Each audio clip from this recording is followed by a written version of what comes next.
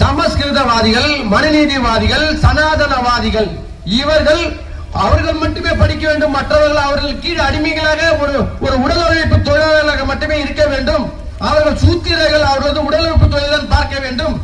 பார்ப்பனர்கள் நாங்கள் தலையில் பிறந்தவர், நாங்கள் மட்டும்தான் ஆளுகின்ற பதவியை வகிக்க வேண்டும், அனைத்து பெரிய பதவிகளை வகிக்க வேண்டும் என்ற திட்டத்தை நிறைவேற்றுவதன் வகையாகத்தான் சமஸ்கிருதம் படித்தால் தான் மருத்துவம் வழக்கறிஞர்களாம் படிக்கணும். அதை உடைத்தார்கள். திராவிட இயக்கம் ஒரு 100 ஆண்டுகளுக்கு முன்னாலேயே உடைத்தார்கள். உடைத்து கொஞ்சம் கொஞ்சமாக படித்து நாமளும் வந்துட்டோம். அது பொறுக்கல அவங்களுக்கு. பார்ப்பனர்களுக்கு நம்ம எதிரே சூத்திரன் ஊசி போடுகிறானே, நம்ம எதிரே சூத்திரன் அறுவை சிகிச்சை செய்கிறானே, ஐயோ நம்ம விட அவன் பேர் வாங்குகிறானே என்ற அந்த வயிற்று எரிச்சல் பார்ப்பனர்களுக்கு, அந்த பார்ப்பனர்கள் கட்சியான பார்ப்பனர்களை பிரதிநிதித்துவப்படுத்துற அனைவரையும் அடிமைப்படுத்தி பார்ப்பனர் தலைமை வகிப்பதற்காகவே ஒரு இயக்கம் இருக்கிறது. அந்த இயக்கம் தான் RSS. சிற்பன பார்ப்பனர்கள் தலைமையில் அந்த RSS காந்தியின் படுகொலைக்கு பிறகு தான் அம்பலப்பட்டு நின்றோம் என்பதற்காக சூத்திரர்களையும் இணைத்துக் கொண்டது.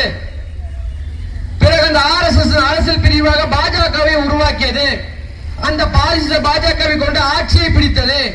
அதன் வாயிலாக மீண்டும் மனித அடிப்படையிலான கல்வியை உருவாக்குவதற்காக சூத்திரர்கள் கல்வியிலே மேல் படிப்புக்கு வரக்கூடாது, தடுப்பதற்கு என்ன வழி என்று சிந்தித்தார்கள். புதிய கல்விக் கொள்கை என்று திணித்து வருகிறார்கள். நீட் என்பதை முதலிலேயே கொடுத்த அந்த நீட்டின் மூலியமாக ஏழை எளிய மாணவர்கள், பார்ப்பன அல்லாத சூத்திர மாணவர்கள் கல்வியில் பயிலக்கூடாது என்பதற்காக இந்த நீட்டை கொண்டு வந்தார்கள்.